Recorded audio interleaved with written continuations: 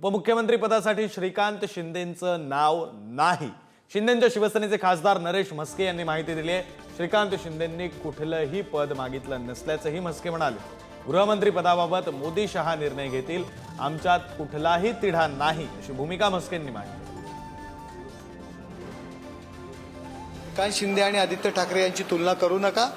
श्रीकांत शिंदे हे तिसऱ्या टर्मचे खासदार आहेत, तिसऱ्यांदा खासदार म्हणून निवडून आलेले आहेत आणि प्रचंड बहुमताने निवडून आलेले आहेत। त्यांचा आणि उपमुख्यमंत्री पदाचा संबंध नाही।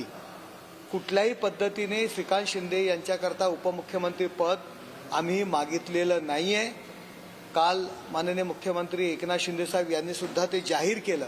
परंतु आदित्य ठाकरे आणि श्रीकांत शिंदे वारसा हक्क म्हणून जर तुलना करत असाल तर श्रीकांत शिंदे हे तिसऱ्या टर्मचे खासदार आहेत।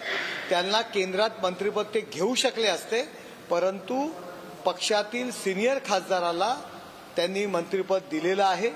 नाही, असली कुठल्याही पद्धतीचा तिढा नाहीये। महायुती भरभक्कम आहे।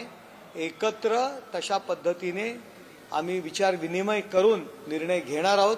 कुठल्याही पद्धतीने गृहमंत्री असेल किंवा कुठलं पद असेल त्याविषयी तिढा निर्माण झालेला नाहीये। काल एकनाथ शिंदे साहेबांनी तशा पद्धतीने जाहीर केलेला आहे। आमचा कुठलाही मुख्यमंत्री पद जे महायुतीचे जे नेते आहेत माननीय नरेंद्र मोदी साहेब, अमित शाह साहेब, नड्डा साहेब जो निर्णय घेतील त्या निर्णयासोबत आम्ही आहोत, हे माननीय मुख्यमंत्री एकनाथ शिंदे साहेब यांनी जाहीर केलेलं आहे।